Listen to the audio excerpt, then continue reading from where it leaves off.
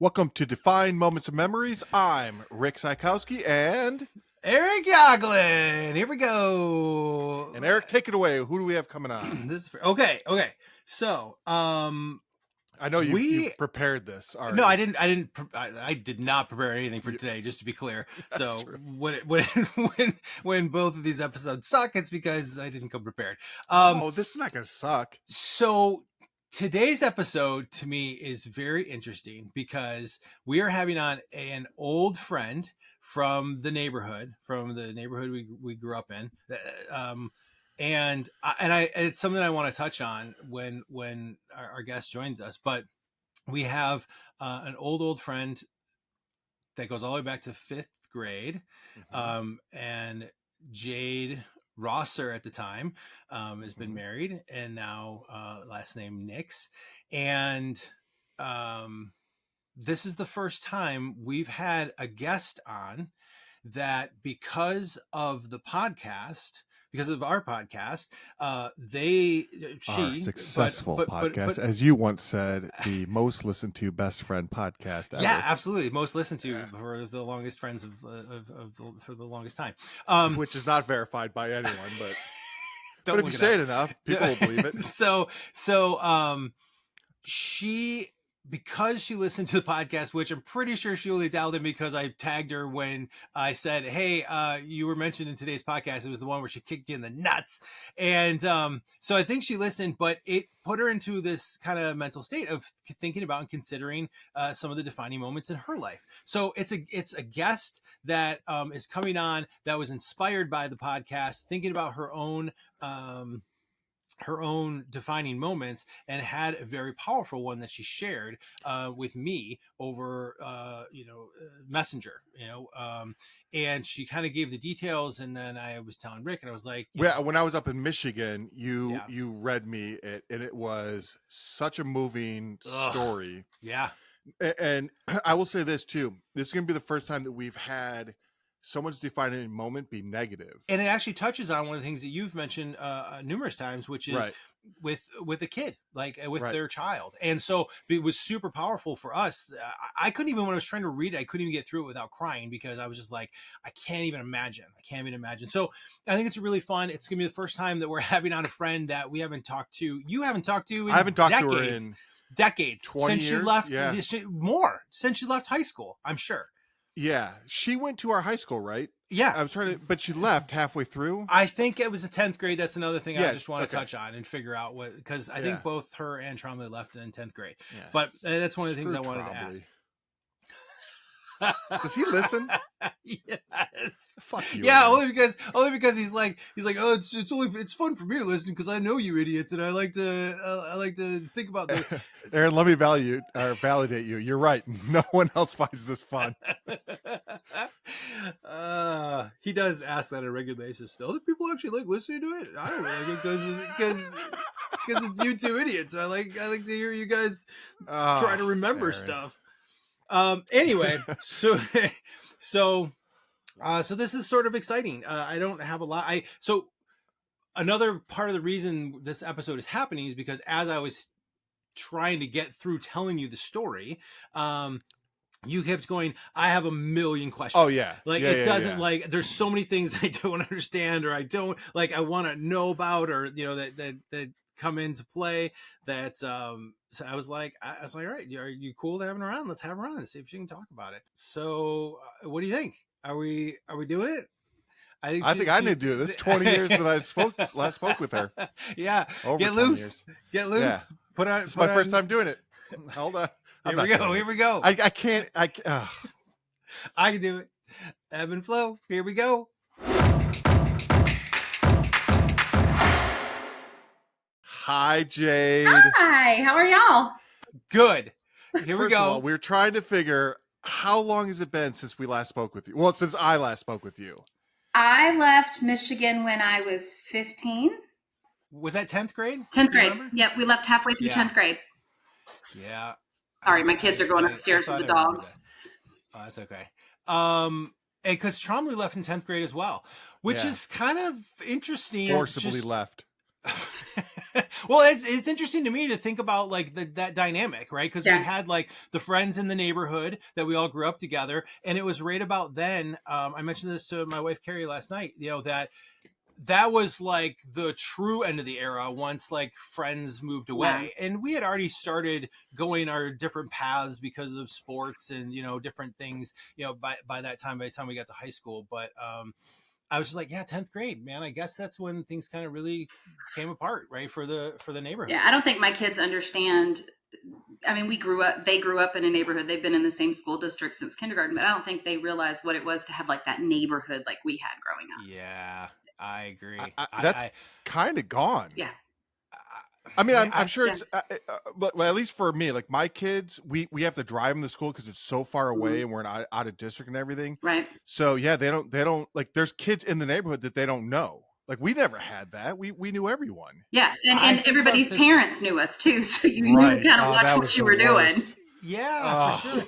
Well, but to that same point, it's just a different way of life now. I think about this regularly because Milo is also out of district, so we do school of choice. So we drive him to and from school. So he has zero friends in the neighborhood. Yeah. He has nobody he plays with in the neighborhood, and there's a level that's so tragic to me. Yeah. Right. We're talking about 35 years ish. That we And it's totally different than it was. Oh Yeah. 100. Well, and I live in a neighborhood where I used to be a school administrator, so I know a lot of the families through being on the curriculum side and then being an assistant principal and stuff like that. So I know families on one level that my kids don't, and it's kind of strange because I know the kid, but my son will graduate in a class of almost 600. I mean, there's 2,500 kids in his high school. He doesn't even know everybody in his own class. Sure. Well, to that, we didn't know everyone in our class, and I found that out when Eric quizzed me on people in the high school, and I was like, because I guaranteed him I knew everyone by name. I would have thought you did. Dude, oh my god, there was at least anybody. 15. I was like, these people never went to our school. This person's not. Here's a picture with you with them. There is a picture when I moved down here. There is a picture in our yearbook. My husband and I, he's a year older than I am, were in a yearbook class together. In the yearbook class picture, I am sitting in his lap in the picture, and he will swear to you to this day that I was not in that class. He was always out selling ads, which was short for leaving school early. So he had no recollection of me being in that class with him every day. Wow. Is his argument that it must be photoshopped, or is he just in complete denial that the picture exists at all, or unwillingness to admit pure evidence right in his face? Yeah. Well. So did you guys meet in high school? We did. Okay. We met not too long after I moved down here. He actually tried to set me up with one of his friends. It went horribly wrong. And we stayed friends. We dated for a while in high school, did not date in college, didn't even talk in college for years. Huh. And then after I transferred from Maryland to NC State, and I finished up at NC State and moved home and ran into each other. And 6 months later, we were living together and trying to explain it to my family. And wow. And it's been, in October, we'll be married 24 years. Oh, congrats. Nice. So that's why you guys make me feel old as dirt. I hear y'all talk about your kids and how young they are, and I'm thinking, wow, my oldest is 21, my youngest is 18. We literally went to the same elementary school at the same time. We're the same age. Age sucks. Oh my God. Yeah. Getting old sucks. Well, and you guys were both athletes. I'm sure if your body feels like mine does at this age, oh my Lord. Yeah, we're wrecked. I mean, for sure. With the screws and pins and metal stuff in my body from injuries, you just don't recover like you used to. No. Jake, you were in gymnastics and you had a horrific accident, right? Yeah. I had one bad accident I started when I was 3. I did it until I was 20, I think. I was tumbling in college, and it was 3 days before my first competition. So I'd done all this work. I'd made a D1 team and everything. And 3 days before my first meet, I was tumbling on floor, did front flip, and was supposed to tumble out of it. Well, I had too much power, so I over-rotated like you would doing a 1.5 into a swimming pool. And when I went down, my hand went down on the mat and it went that way and I went that way and it spiral fracture. And it was compound and gross. And I took one look at it and passed out, thankfully. I never felt Did you anything. really? I never felt a thing. Like as soon as my brain saw it, I think my brain knew. Yeah. Done. I can't handle this. We're going to check out for a while. Yeah, and I passed out. So thank God. Wow. So I'm going to kind of just jump into it. So what led us here is I was just back up in Michigan, I guess a couple of weeks ago now, and Eric read the story that we're going to get into here. And first of all, like I had chills reading it, and it was not to make light of it, but Eric and I were like, let's see who cries first. Yeah. And it was like 2 lines in, I'm like, oh, I'm out. Like, I couldn't get through it. I was just trying to read what you had texted me, about the situation. And that evening we had recorded for the first time in person. And I, of course, like brought a bunch of things. And one of the pictures from that evening was this gem right here. Oh my God, the side ponytail. Oh, that's Dara and Jennifer. Oh my God. Yes, it is. Yeah, so we all we want to do is spend the next hour talking about that photo, that hairdo. Let's see if it can still. Okay. I don't have nearly the hair I used to. Yo, same. Settle down. I didn't. Sorry, a little on the nose. So, how many kids do you have? 2.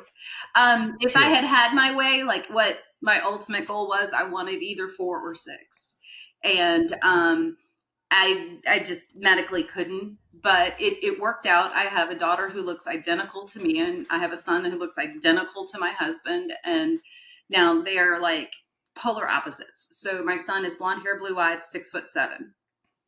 My daughter, 6'7", yeah, my Jesus. daughter is like 5'4", 5'5", dark hair, dark eyes. Like they do not look like siblings at all. I have a question about your son. Sure. Does he think he could have beat Eric and I in basketball at our prime?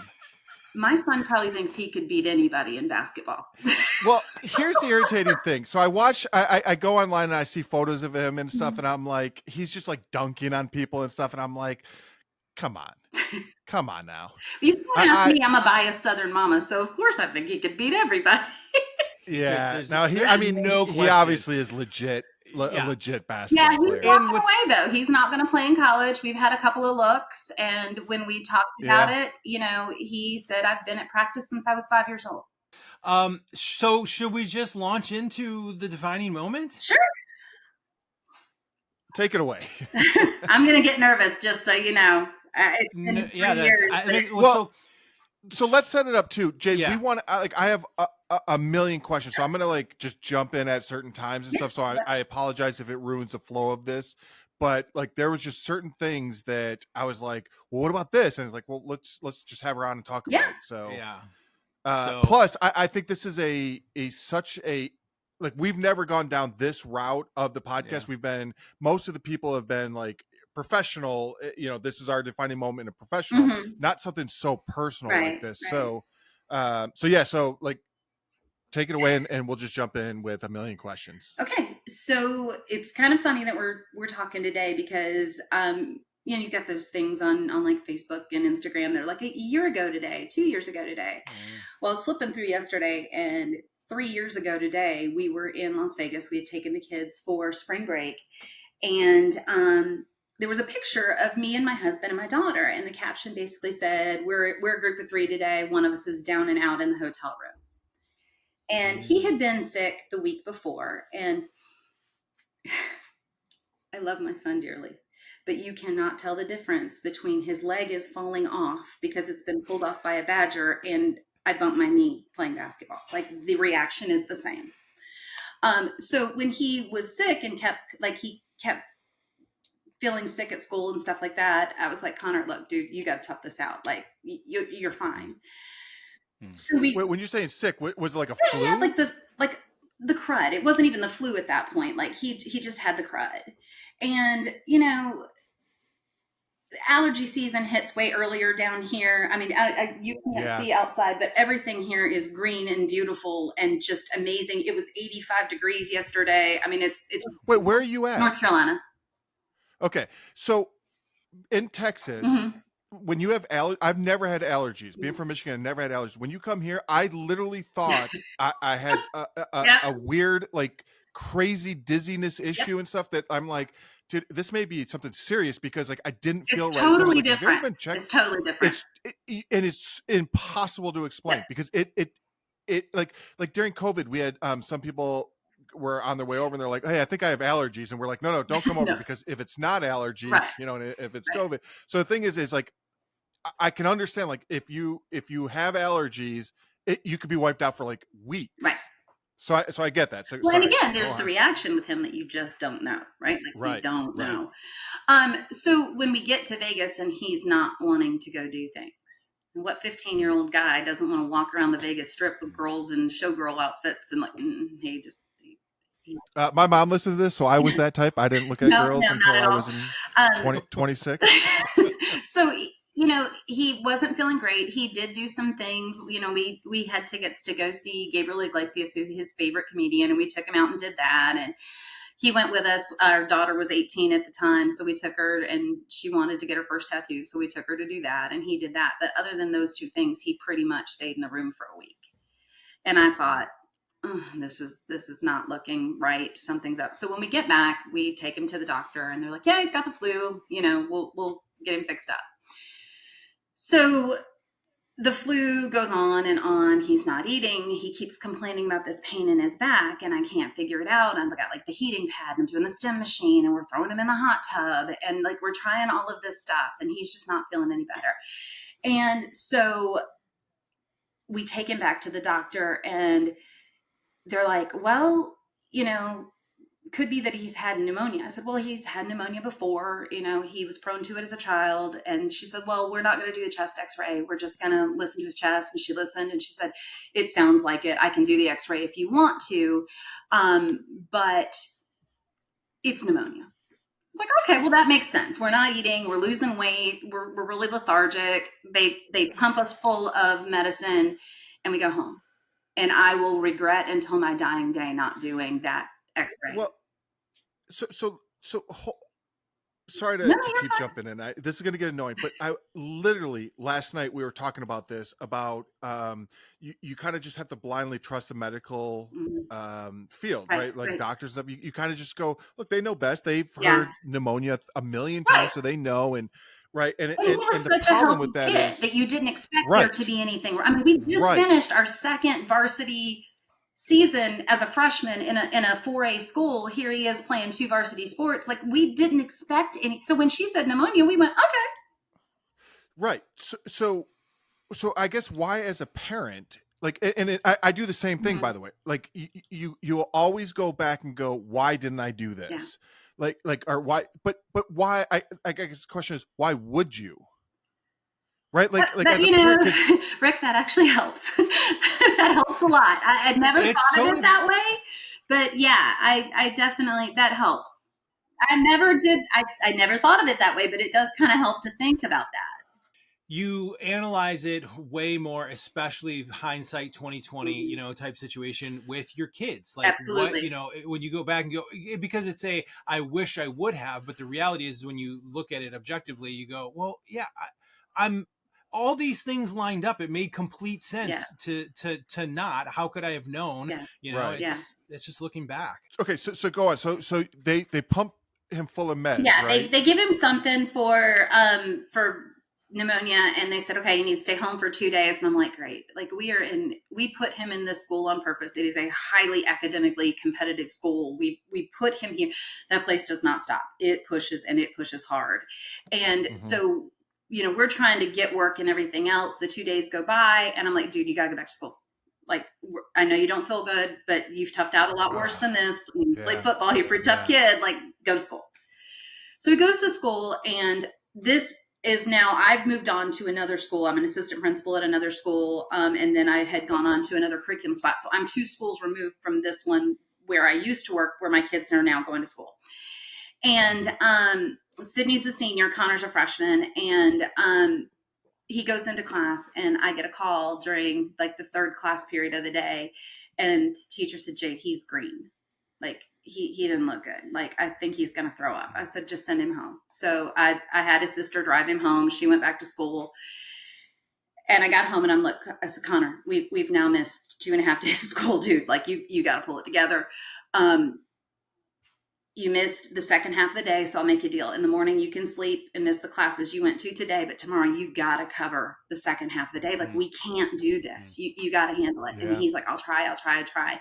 He got to school the second day and made it a class period and a half, and a different teacher called.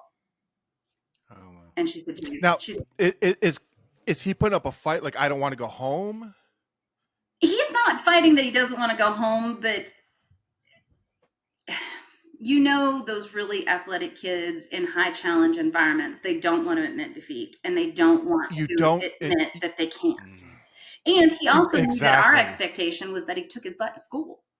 Like, go to school. Right. I mean, you can't have a parent who's been a career educator and hang out at the house. Like, you got to go to school. Right. And so he was doing the best he could with it. He didn't want to disappoint us, you know. And so the second teacher calls and she's like, something's not right. Like, he didn't look good. And so I called him and said, look, I'm on the way to get you, but we're going to make an appointment with your pediatrician. So we're 2 weeks into this now. You know, before 2 weeks since Vegas, or 2 weeks. Okay. And so we had, you know, we'd basically gone to Vegas, came home, got the flu diagnosis. Flu diagnosis lasted a couple of days. That didn't get better. We went back, we got the pneumonia diagnosis. That took a couple of days. Now we're into the next part of the week and stuff like that. So I make an appointment with his pediatrician and take him in. And as scary as this story is, there are so many moments of levity and just funny stuff that happen. And that's, you talk about defining moments. That's one of the things I learned, is that there is humor in everything if you look for it. In the worst moment of my life, I had to watch he, at the time, he was only 6'5". He's 6'7" now, but he was 6'5", settle down, in the pediatrician's office, laying on the pediatric bed that's like this big. And his head's off the side over here, and his feet are hanging off. And, you know, it's like his feet are touching the ground. And I actually have a picture of him stretched across the bed, and his feet are on the ground, and his head's hanging off the other side. And, you know, they've got like the elementary size furniture, and we walk in, and there's kids running around, and my son's looking at me like, his knees are next to his ears, sitting in one of the chairs. You know, so we go in, and so the first thing they do is weigh him, and she comes in, and she said, well, you know, I'm a little bit concerned. He's lost 20 pounds in basically 14 days. Wow. And I'm thinking, okay, well, he hasn't been eating. You know, sometimes the medicine, like antibiotics and stuff like that, will make you not feel good. You don't want to eat. So I'm thinking, well, that's not good, but I'm not too alarmed, because again, like you said, Rick, we're at the doctor. Who better to fix this than the doctor? Right. That's right. And she said, you know, I don't like what I'm seeing. I don't think it's anything major, but we probably should do a chest x-ray. He still sounds really rumbly in his chest, and I want to do some blood work. And I said, okay. She said, you know, of course I took him after school, so they're closing. And she's like, I need you to bring him in the morning. And of course, I had a big meeting. I had an issue with a student and a parent that I just couldn't miss. And I didn't think anything more than pneumonia was going on. So my husband takes it. Sure. And they go to the doctor. I think the appointment was at like, I can't remember if it was at 8 or at 9, but it was early in the day. And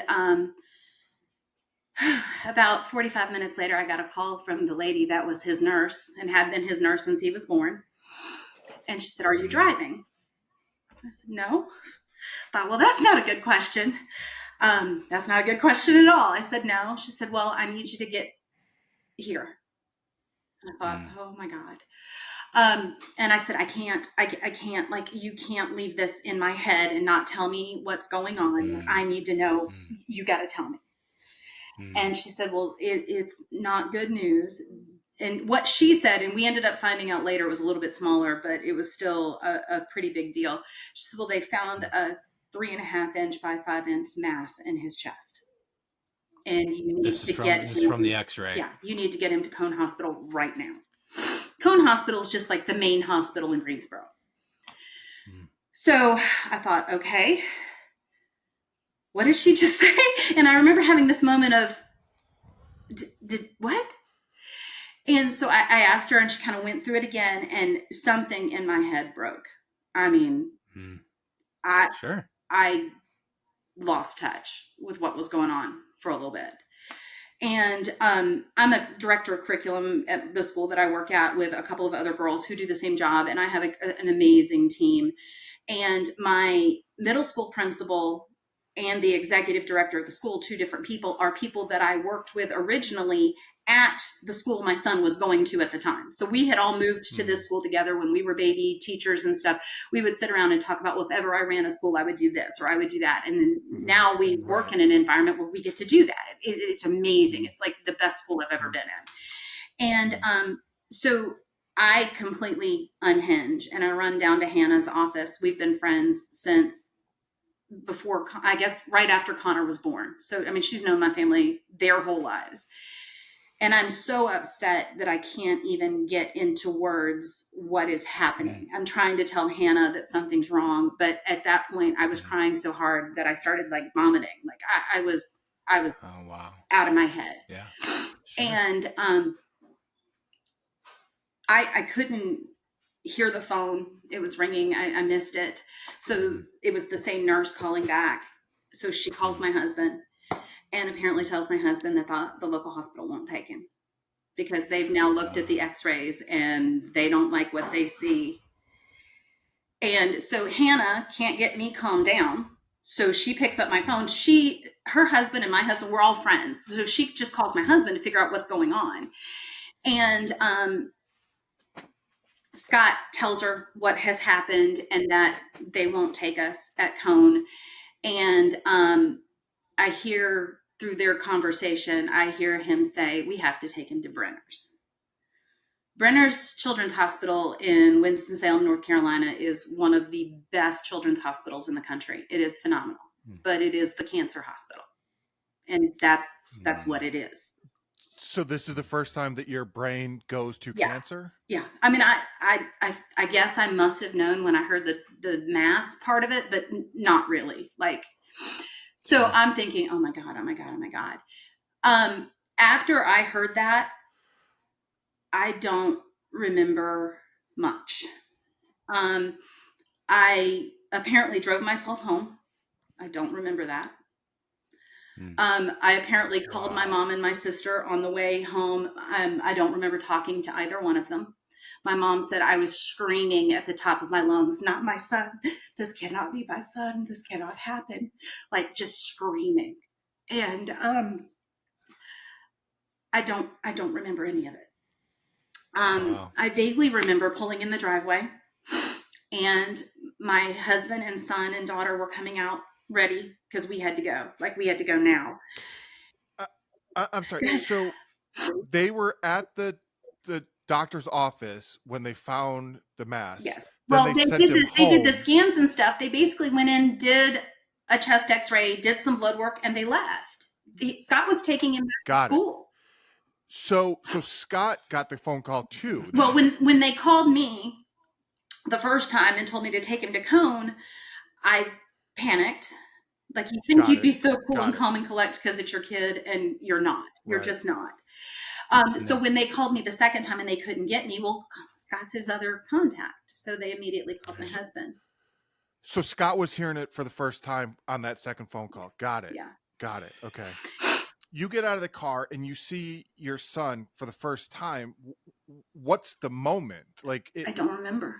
That's the scary thing. I don't remember. I vaguely remember them coming out of the car or coming out of the garage and getting in the car. And like the hospital's like 30 minutes from here. I don't remember us saying any. I'm sure we were talking. I'm sure we were trying to make it light for him. Like, I don't know. Right. And did Scott drive at that point? I think so. Yeah. Because we got into his truck, and I never drive his truck because it's too big, and I don't like. It's too big for me to drive. Yeah. Okay. So you get to the hospital, and they're waiting on us. That's not a good. What does that mean? That's not a good sign. No, like when we walked into the pediatric ER, and I said, this is my son, Connor Nix. They said, okay, we're ready. And I thought, ready for what? What do you mean ready? Like, ready for what? And so it is 3 years ago. So we're just coming out of COVID. My daughter's 18. She's with us. And so the four of us go to walk back, and they look at us and say, well, she can't go back. Ugh. And I'm like, I can't leave her here. Like, what do we do? I can't leave her here. And she looks at me, and this is her defining moment as much as it is anybody else's. Like, she plays second in this story in a lot of ways because it didn't happen to her, but she came into her own in this moment in the biggest way possible. She just looked at me. She said, Mom, I got it. I'm fine. And she was. And she stayed in the waiting room, and they took us back, and we walked into a private room in the ER, which doesn't happen. And there's a doctor waiting. And he said, okay, we need to get a CT scan. We'll be back in a few minutes. And I thought, yeah, right. Hospitals never work this fast. Right. So Connor's like, Mom, I need to lay down. So they put him in the hospital bed, and he's immediately asleep. And this is the first time I think I saw him. And I'm trying to be quiet because I'm trying to let him sleep because I know he's exhausted. But my brain is going 1,000 miles an hour. Like, I'm seeing him as a child. I'm seeing him as he is now. And I'm thinking, oh my God, do we get the next step? Do we get the next moment? Like, what, this can't be real. This cannot be real. Wow. And within 45 minutes, which is fast in a hospital, I've come to learn, the doctor comes back in, and sorry, guys.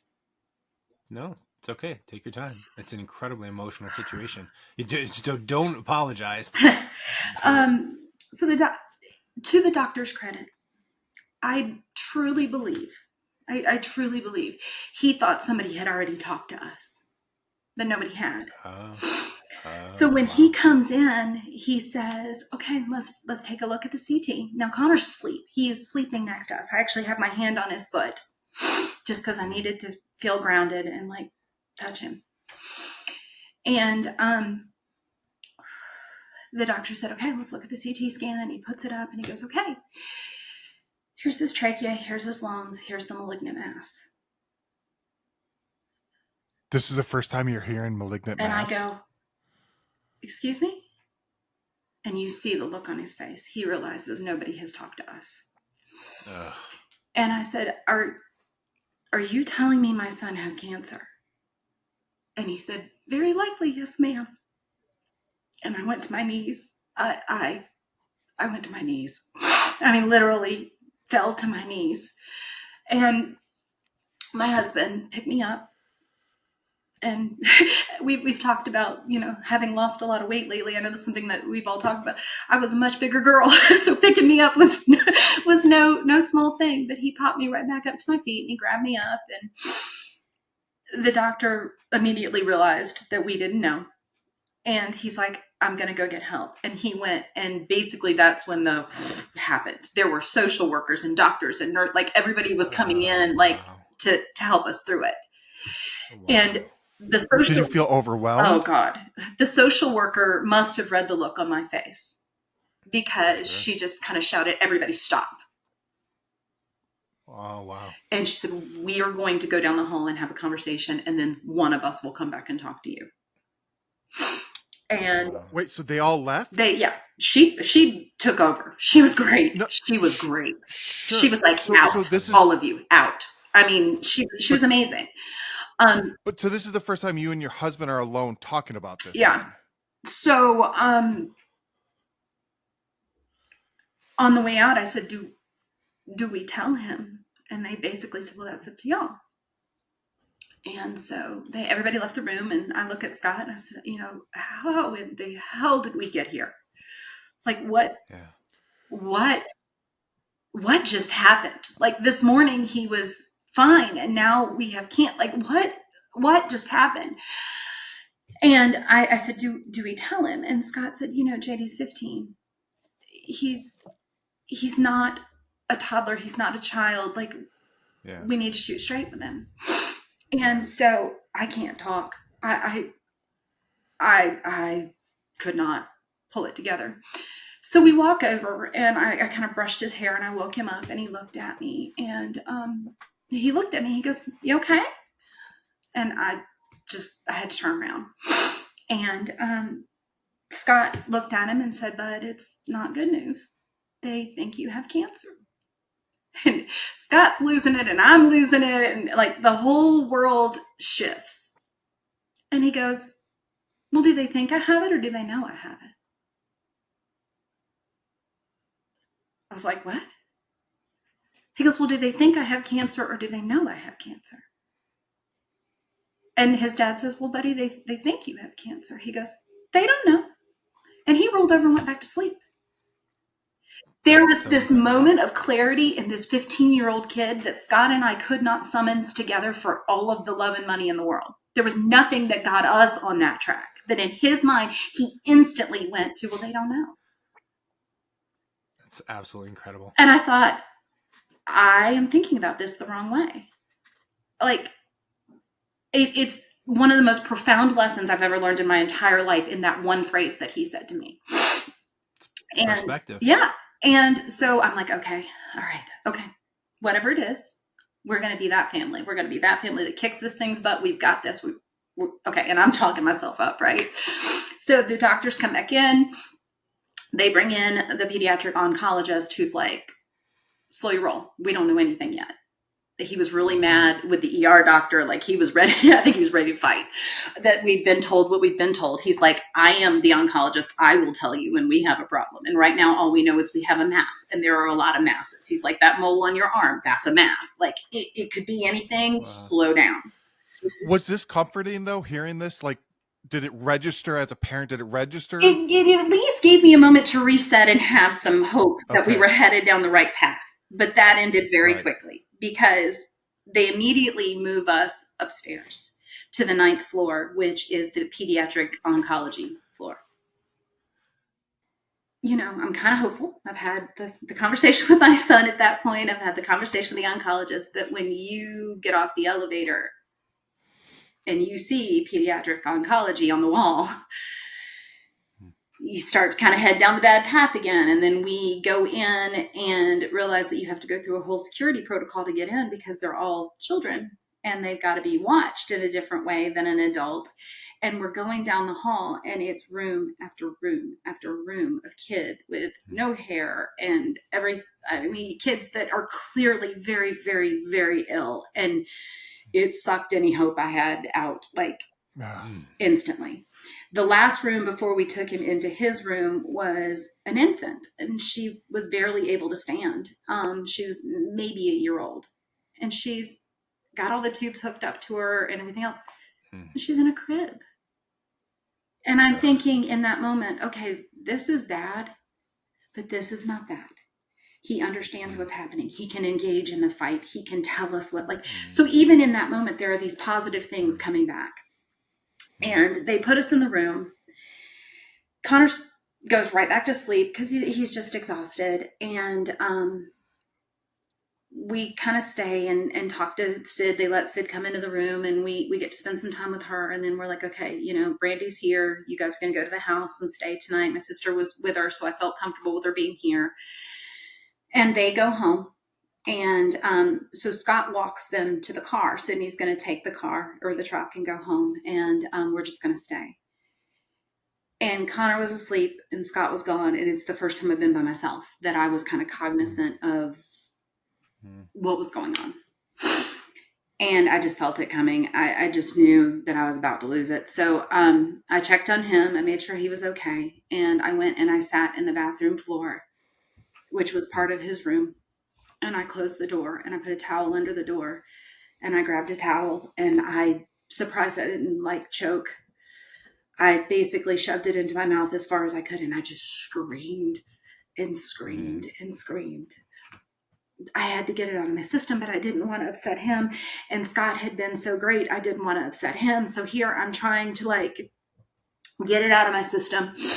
And, religion means a lot of things to a lot of different people. I was making deals with whoever I could. God, Buddha, Allah, didn't matter. Whoever could help my son, whatever errors I had made in my life, I was trying to make amends for, the things that I thought I had done that brought this on, all of it. And my brain went to a really dark place. I was pretty convinced that I wasn't going to see him grow up. And I broke. I mean, I broke. And they come in and tell us, hey, first thing in the morning, we're going to do another MRI or another CT scan. I can't remember at that point. They were flipping back and forth.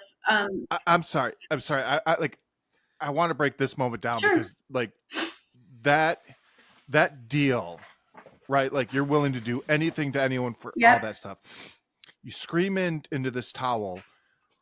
What happens next? Like, how do you? I heard Scott come back up. I heard Scott come back up, and I was like, okay, I can't do this in front of him because he's holding me together. I can't ask him to do that and hold him. Like, I've got to be mom now. So did you ever tell him that moment happened? He knows now. He didn't know then. He didn't know then. Yeah. I mean, he would have been great. He would have grabbed me up and we would have gotten through it. But his emotions weren't any less than mine. They were just more real to me because they were mine, but I didn't want to project onto him anymore. So I got up and I washed my face and I garnered my very best gymnastics training and put my face back on. And, all those years of falling off balance beam and being told to suck it up and get back up there and figure it out paid off. I was able to and I pulled it together. I mean, obviously I'd been crying. He knew I was upset. I mean, I didn't walk out and we had, sunshine and tea party, but I wasn't where I was. But it had been kind of cathartic because at least I got some of it out of my system. Yeah. And I could think again. I find that all incredibly interesting. Again, just as a parent I'm trying to figure out how to manage myself in this incredibly difficult situation, but I'm doing nothing but taking everybody else's situation into consideration simultaneously, right? So how do you manage that I know I have to go take care of myself somehow, but I don't want to upset my son. I don't want him to see that or experience that or wake him up or make things worse. Yeah. So as a parent, I just psychologically, I think it's incredible the situations. I suppose you don't have to be a parent to be able to be into a similar situation. Any profound relationship, whether it's a dating relationship, it is different when it's your child. It is. I will always maintain that it is different when it is your child, even than when it's your spouse. But I also think that, and you guys have been in long-term marriages and you have children, I think up until about our mid-30s, we have the identity of me. But when you become that family unit... Late 40s. When you become that family unit, though, you now have two identities. There's me and there's we. And the we is so much bigger than the me. And it sucks sometimes and it's brilliant sometimes. But we do have, it's almost like code shifting when you talk to different groups. Like there are times that I have to think in my own mind and there are times that I have to think in our mind. And I have to do what is best for us. And in that moment, Scott had as much on him as I did. And he didn't need any more either. And he had literally picked me up and held me together. And it was my turn. And so we spent a very long night. Another moment of clarity came because we were right outside the helipad at the children's hospital. Now, you're not helicoptering a kid into a children's hospital because something good is going on. No. Never. And all night long, helicopter after helicopter after. And all I could think of is, okay, we are in this situation, but we're not in that situation. Like these people may have minutes. I may have months. I may have years. I don't know, but at least I'm not there. Like, so there were moments that helped me to find that there was some good there. Did you sleep at all that night? No. Right. No. I remember one of the things I remember most vividly is hearing the clock tick. It was one of those old-fashioned analog clocks, and I could hear it all night. And to this day, like if I'm in a situation at school and I'm testing kids or something like that, and they've got those old clocks, I have to turn it off. getting through that night, like how do you, because as a parent, as soon as you close your eyes, you're going to go, I'm in the hospital. Like that clock ticking is your alarm clock every second. So much of it, this sounds so stupid. I'm sure this sounds so stupid. So much of it goes back to training. Like as a gymnast, you're taught to like redirect your thinking when it's not working.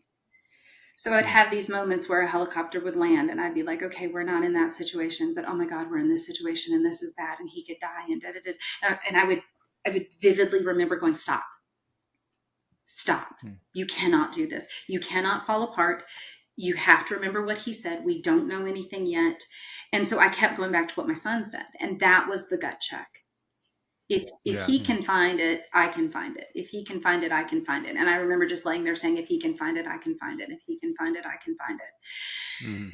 And just gut checking myself back into, I am not going to let this control us. Two things. One, I don't think that's silly or stupid. As I think falling back onto training that you've got and something you've done for decades, and like having that be the thing that comes to the forefront, I think makes complete sense. That's almost like the second autopilot. Nature of it. Yeah, autopilot, the second nature of it. And two, I just want to say you're doing an incredible job telling this story. So everything that you're going through.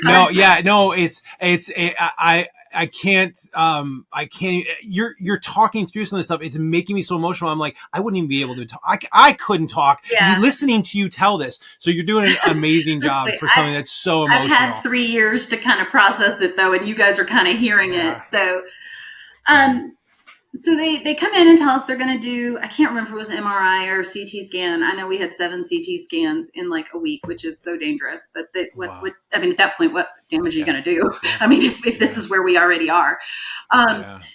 And so they tell us the next morning they're going to do a biopsy that is guided by an MRI.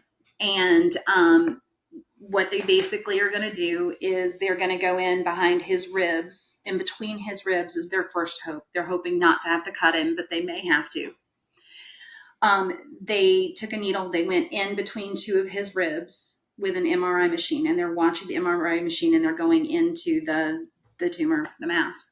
And they're explaining all of this to us. And I'm hearing the technicality, but I'm not. I mean, I am, but I'm not. Because again, like you said, Rick, they're doctors, so I have to trust that they know what they're doing. Right. So that was supposed to be at 8:00 in the morning. Go ahead. Well, is Connor aware of everything that's going to happen? Or was not he at just that asleep moment? Not at that moment. He slept. Now, before every step, we explained to him exactly what was going on. We allowed him to have a say in how things went. I mean, I know a lot of people say, well, he's only 15. Yeah, but he wasn't 5. So, we did not wake him up every time they woke us up because we needed him to garner whatever strength he had. But before any step was taken, we sat down and we made the doctors leave. We sat down and said, here is what we know. Here is what needs to happen. Here's where you have an option. Here's where you don't. And what's his mentality through this? Calm down. This is okay. This is okay. We don't calm down. It's going to be okay. And if you know this kid, we call him dude to his face. So Sydney Scott and I are as type A as they come. I have a plan. I have a backup plan. I have a backup plan to the backup plan, and it's probably on a spreadsheet, and it's definitely color coordinated. I have 2 computers in this room in case this one didn't work today. Like I have a backup plan to everything. And Sid and Scott are the same way. Dude is not that way. Dude will get there when he gets there. Dude is just fine. I'll never forget. I was fussing at him when he was younger, and I was mad as hell. I mean, I was on him about something. And he looks at me and goes, Mom, why are you so, I'm not upset. Why are you upset?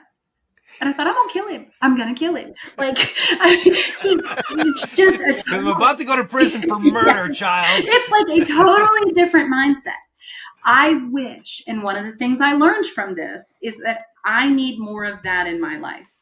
More of the ability to go, you know what? This is not in my control, and I am just going to let it go. Because that is not my personality. Like those of us that grew up in that athletic competitive world, we don't do that. And it's so funny because he is such an athlete. And when he's on the court, he's a different person. But he completely turns it off. And it's just, so he's calm. He's like, we're going to be okay. So meanwhile, now I've lost it multiple times, but I have not lost it in front of him. Like I will not in front of him and Scott either. And so we go down and we go to pre-op and we're talking to him. They were supposed to be there at 8 a.m. They got there at 2. So you're sitting there all day listening to that clock all day long. And like I said, when they showed up in 45 minutes the night before, I learned that was really fast in the hospital world, because at 2 o'clock, we're finally going down. And so I hold it together. I kiss him, love him, everything up. And he's like, Mom, it's okay. It's going to be all right. They've got me. They've got me. And so they take him back and they take us to the waiting room, at which point I lose it again. And I am crying so hard and I'm so inconsolable at that point that Scott can't even calm me down. I am so upset that they end up moving us to like a private room because I'm disturbing other people. Like I am out of my head. Sure.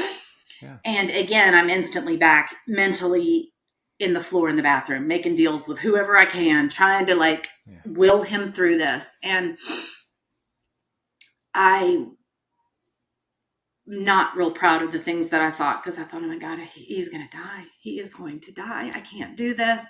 I don't know that I can do it without him. And I am in a bad spot. And all of a sudden we see the doctor running down the hallway. And I'm like, what the hell is this? Like I thought, because I'm not in a good mind frame, I thought they're coming to tell me he's dead. And so I start backing up. Like I'm physically backing up, trying not to have this conversation. And all I can hear is him say, it's not. And I thought, it's not what? And he said, it's not cancer. It's not cancer. And I said, what? He said, it's not cancer. He has a life-threatening staph infection. It has encapsulated in his chest. We are still in a life or death situation, but it is treatable and it's not cancer.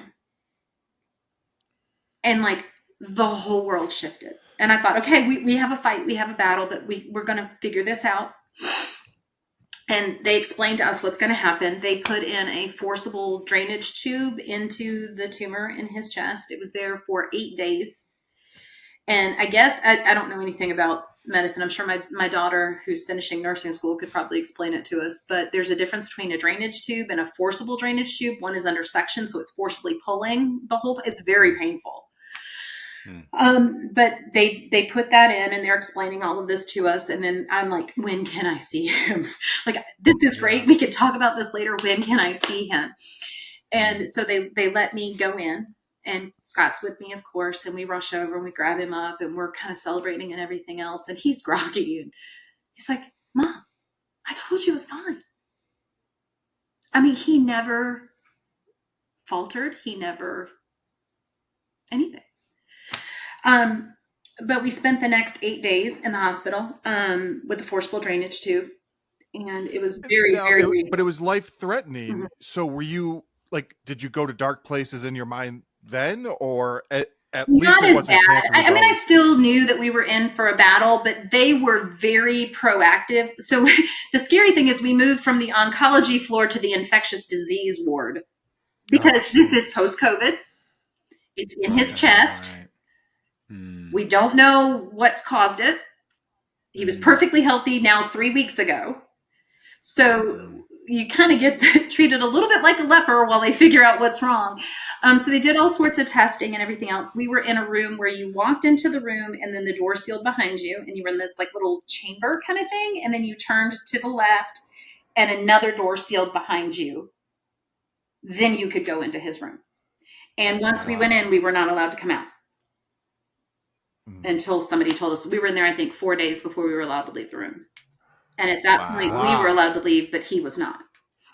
So you're eating breakfast, lunch, dinner in the room and sleeping there. Yeah. Were there beds for you guys? There was a couch that folded into a bed for me and then a big chair for Scott. My husband's also 6'5". He's a big dude. So he had the big chair. But no. Right. I mean, but at that point, probably not sleeping much anyway. Yeah, you're not thinking about it anyway. but they're they're asking us all these weird questions. Like they're trying to figure out where the infection came from. They're like, well, has he been to a third world country? No. And Sure. Vegas. One of the best moments of levity, and you guys having been teenage boys at one point will probably giggle at this. I now work at a school that's K-12. So I've got kindergarten through 12th grade, which is new for me because I've always been a high school person. And so one of the questions they ask me is, has he been in contact with a bearded lizard or a bearded dragon? And I'm like, no. And I didn't think anything about it. Well, 30 minutes later, I'm thinking, no, but we have them at school. I have a middle school science teacher that has them. And I have a high school science teacher that has one. And they walk around the room while the kids are in there. Like they're all over the place. And so when the doctor comes back in, I'm like, I just got to ask a question.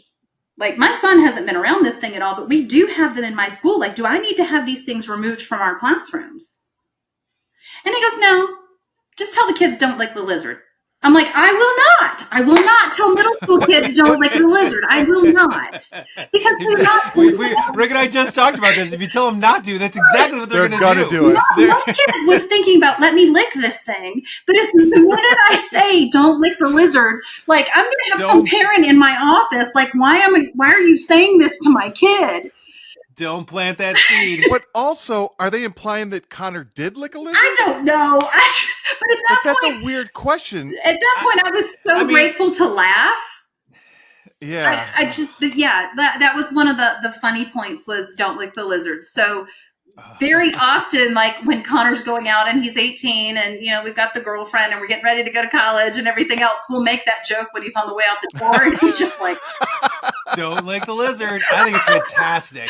That's amazing. And he's mortified every time. It's just like, wow, I'm gonna turn that into a t-shirt. That's fantastic. But there were some awesome moments that came out of it. I think the most profound, like I said, my daughter Sydney stepped up in a way that I cannot explain to you. Like she just handled stuff.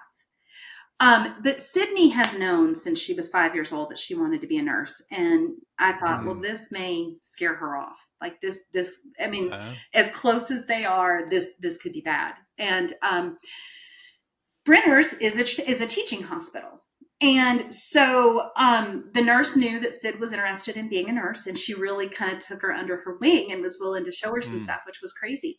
But one of the things they had to do was that forcible pump that pulled all the yuck out of his lungs had to be cleaned every 6 hours. And it involved like moving tubes, and there was blood and there was yuck and all this other stuff. And Shelly, the nurse, was like, well, if Connor's down with it and you guys are good, Sydney, do you want to learn how to do this? And I thought, this will be the end of this. Like she's going to catch the smell of this and like this. Yeah. She loved it. She loved being in that hospital setting and getting to see things and getting to help. And like the IVs didn't scare her and the blood didn't scare her. And we just saw a natural ability in her that we had not seen to that one. It was amazing. Like she came into her own in a big, big way. And on her second rotation in nursing school, she was dealing with med surge and infectious disease and stuff like that. And there was somebody under a forcible drainage tube. And like the nurse said something about it. Like, I'm sure you guys haven't seen these. And Sid was like, oh yeah, I have. And like, she was able to talk about it and her experience and things like that. So it was a defining moment for her too, because she realized one, she did love it. And two, she was really good at it. So you guys get out of the hospital. What's the recovery like? So they basically, when they realized the form of staph that he had, it was really, really aggressive. And they basically just annihilate his immune system with antibiotics. So much so that this happened in the beginning of May, early in May. They required us to pull him out of school for the rest of the year.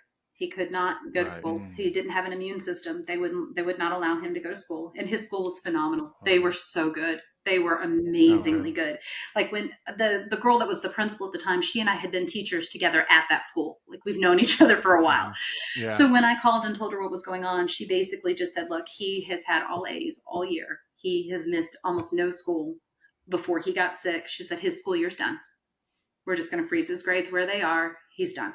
Oh, We're nice. not sending anything. He doesn't need anything. She said, I'm going to need a little bit of documentation from the doctor later. She's like, but we'll deal with it later.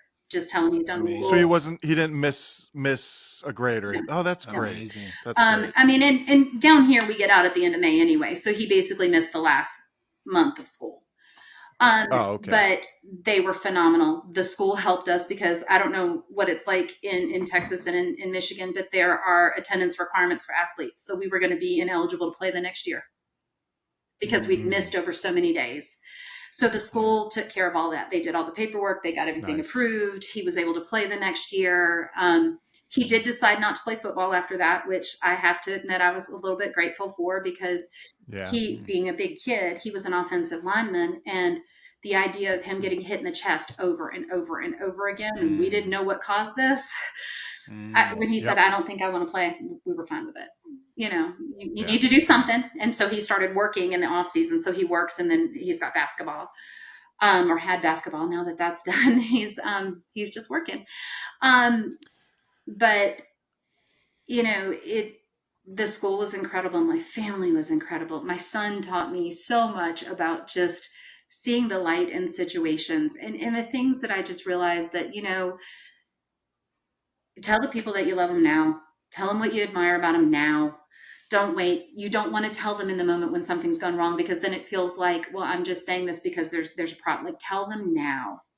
Find humor in things. You know, that was a terrible moment, but there were some moments we genuinely laughed and be grateful. Like, I'm so thankful for the most mundane things. Like, he got to go to spring break as a senior last week, and I like ugly boohoo cried, not because he was going to spring break, but because he got to. And there was a time that I wasn't sure that he was going to get to.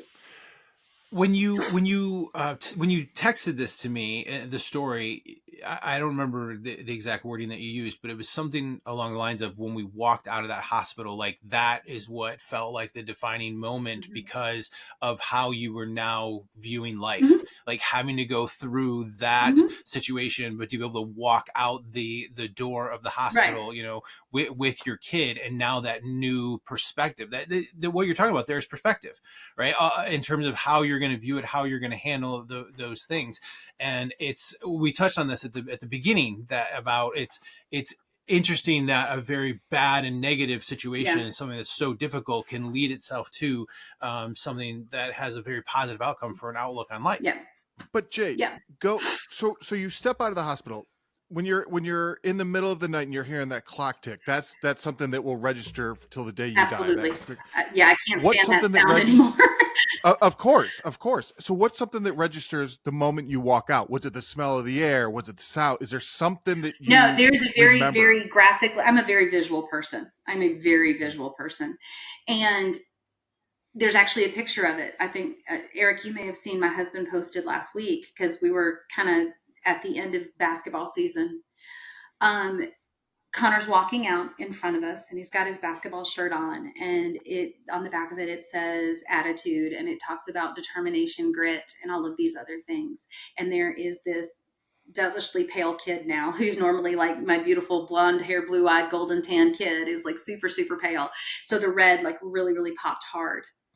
And he's got his hat on, and his hair's a mess, and I can read that on the back of his shirt. And his dad said, "We made it." And Connor like throws his hand up and took a picture from behind.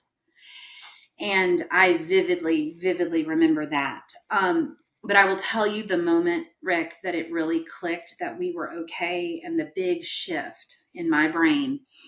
So he gets out of the hospital in May. We have to go back every other week for a while. Then it becomes once a month, and then it becomes once every 3 months. And then now we go once a year. And if he gets sick now, like if he has a fever over 102, there's an immediate protocol that we go under. There's antibiotics that I keep here at the house. We immediately start, like, there's a whole process that he's got to follow until he's 21. But they cleared us to go to the beach. So every year, my father-in-law, my husband, the kids and I, my sister, her family, and my mom and dad, we all meet at the beach for the week. And so remember, he couldn't go back to school because he'd been like decimated. But they cleared us to go to the beach as long as we were at the beach in the house. Like, we weren't going to restaurants, but we could go to the beach.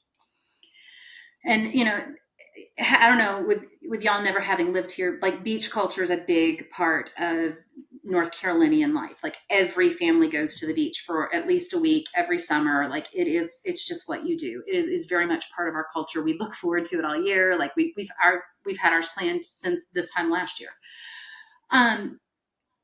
And the first night we get there and we're sitting out on the beach or out on the condo, and because it had been a rough year, we splurged more than we normally did, and we actually bought a place, or rented a place on the water, like directly on the beach.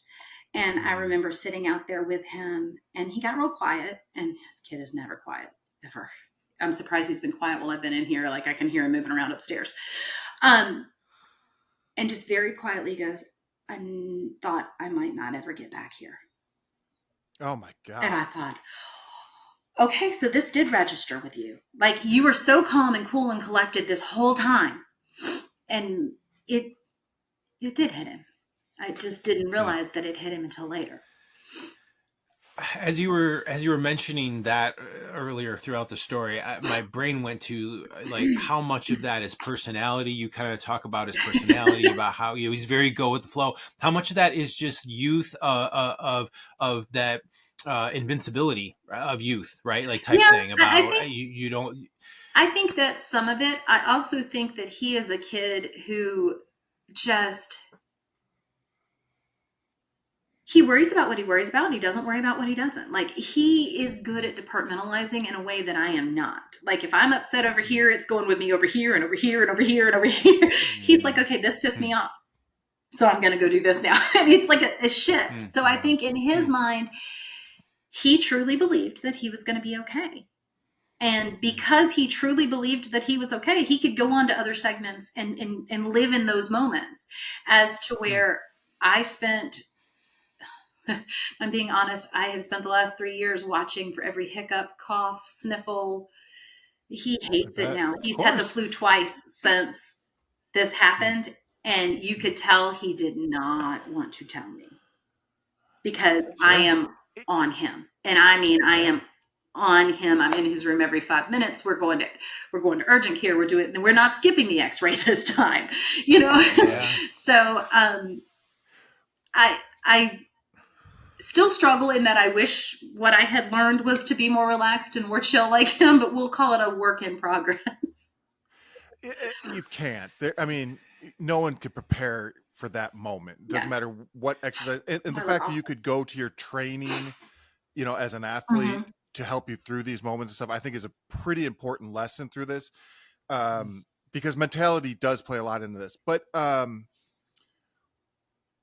most people, the defining moment could have been the staph infection. Like that is life and death right there too. And that was a relief for you. Oh, absolutely. Right. Yeah.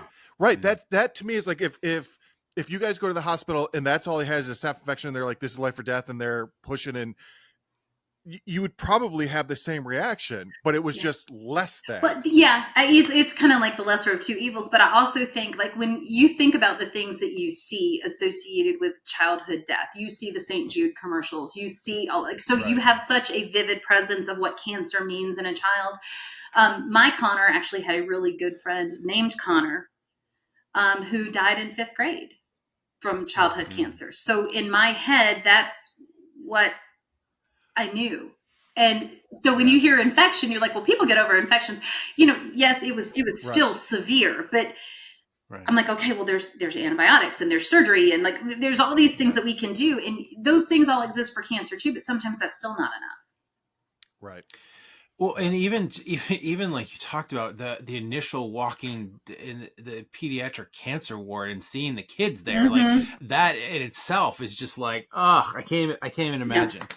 So how do you sleep at night now? Like, does this ever like pop into your head? Is it? Yeah. PTSD, honestly. I didn't sleep much last night because I knew I'd be talking about it. I woke up at about 2, and I think I went back to sleep about 4:30. And Scott finally reached over and just said, Jade, he's okay. Because he knew that I was amped up. It is hardest for me, or it was hardest for me at basketball games. because that was the moment I wasn't sure we were going to get back to. Connor is a very talented athlete, and he loves basketball. So about 6 months, maybe not even 6 months after he went through all of this, the AAU season had already started. He had missed some games because of being sick, but they cleared him to play. And the one time I lost it for a really good reason was, he's the tallest kid on the team. So what does he do? He takes the jump ball at the beginning of the game. Mm-hmm. And when he went up and he took the jump, I lost it. I mean, just like I lost it. And I thought, okay, we're all right. We are okay. Wow. There are days that I'm better with it. If he is sick or acting funny at all, I am pretty much in that case. Like I just am. I don't know if that'll ever go away. I will probably drive his future wife crazy. Yeah, probably not. And understandably, that his future wife's probably going to be like, "Get your mother out of here!" Like, just I got this. But it was a catalyst for a lot of good things. Like I saw a maturity in him. I saw a maturity in my daughter and a wisdom in my daughter. Like she was only 18, but that was when I started to see her as an adult. She still had some bumps and bruises as she went through the early parts of school, but at 21 years old now, I don't see her as a child at all. Like she's a grown woman and she's self-assured and she knows what she wants to do and she's good at it. And a lot of that came out of that moment. It's amazing how the older we get, that we can look at our kids and be inspired by them. Mm-hmm. Yeah. Yeah. So that's the thing as a parent that I never thought that would happen. Like it just never registered in my mind that like, oh, you have a different mentality than me. Mm-hmm. You have the youth on your side. Yeah. I have the experience. Yeah. The experience is a little scary though. Yeah. It's way scary. It is. Anyway, it was a hard couple of weeks. It was a long recovery, but it is crazy to say that I'm grateful for it. I'm truly grateful for what I came to understand. I mean, I knew I had an amazing family, but I have an amazing family. Like when I tell you everybody just stopped and came rushing, friends showed up and fed my kid and took care of her while she was at home. Coaches showed up, teachers showed up. I mean, and knowing they couldn't go in the room and see it. But that's a testament to the community that you've built and your relationship and you and Scott and everybody that you know. And, yes, family, but I hate to tell you, there are families that don't get along and people aren't showing up even within the family. Yeah. So that's a testament to the relationships that you've built and the level of importance and that you have in other people's lives and for that. I married into a wonderful family too. Like I married into a great, solid family, and they just, it's nice. Like I said, when we go on vacations, I don't have to worry about were we going with my parents this year? Are we going with your dad? Like we all just go. When we have events for things, it's all of the family. When we got married, there were like 150 people there and 120 of them were family members. I mean, we have enormous families. And they're solid and they are amazing. And I think as I look at my kids going off to college, I think they know that they have that basis. So they're not afraid to see where they can go with it because they know that they have that. Like Sydney and I, one of the things that she and I did before she went to college is we have matching tattoos. We have a tattoo on our right wrist of, I don't know if you can see it, it's real little. It's the Northern Star. It's that idea that you can travel the world, but you can always find a way back home. And so that's kind of the way we look at it is you've got this solid base and a whole huge group of people cheering you from behind. Now go do something with it. The expectation is that you're going to do something with it. And they do. They amaze me every day. So, love that. Well, Jade, I can't thank you enough for telling the story. Especially like it's, we could have spent this whole hour and a half just catching up, but but when Eric read me the story and like it was emotional just hearing it, and I'm gonna have to cut any shots of me crying out. You wouldn't be able to have me on there at all because I think I boohooed the whole time. Jade, thank you. Honestly, thank you for doing that. I think it's important for especially our audience, who's an older audience, hearing it. And I think like what I take away from it is kind of what Connor says: until you know, don't let your mind go. Yeah. Like Don't go borrowing it's gonna sorrow. do that. Yeah, it's gonna, like, your mind's gonna go, but just reel it back in. Yeah, and I admittedly I know that is what I'm supposed to have learned. I am a work in progress, we'll call it.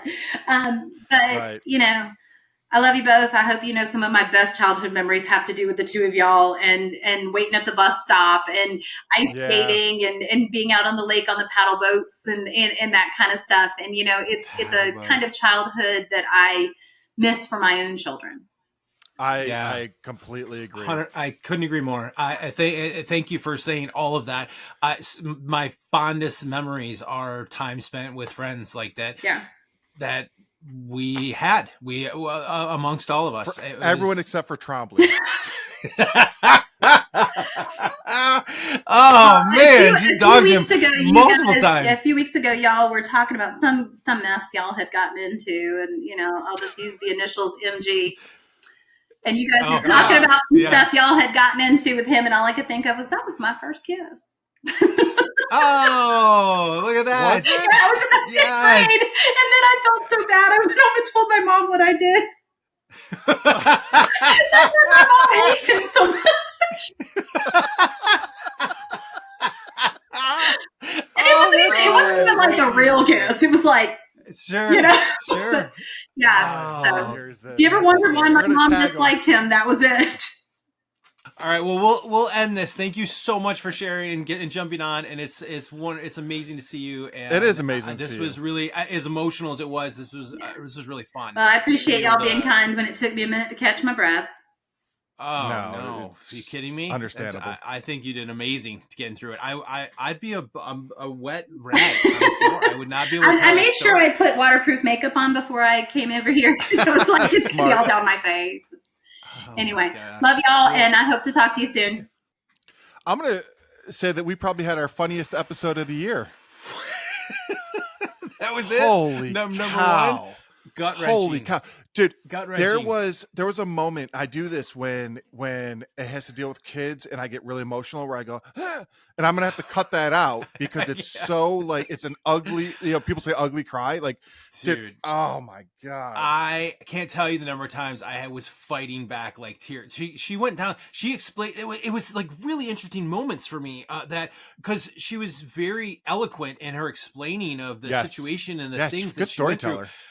Great. And, but there were certain things that she said and it just like made it just clicked in my brain that I got this wave of emotion. I was like, okay, hold it together, man. Like, don't distract from her talking because you can't hold it together. Oh, geez. That was really, it was really intense. It was by far our most emotional episode we've ever had. And incredible, and I'm grateful that she was willing to come on and share and discuss that. Yeah, for sure. Okay. How do we end this now? Like I know, right? Here we great episode. Are we done yet? Yeah, exactly. I don't know. I guess we just say, are we done?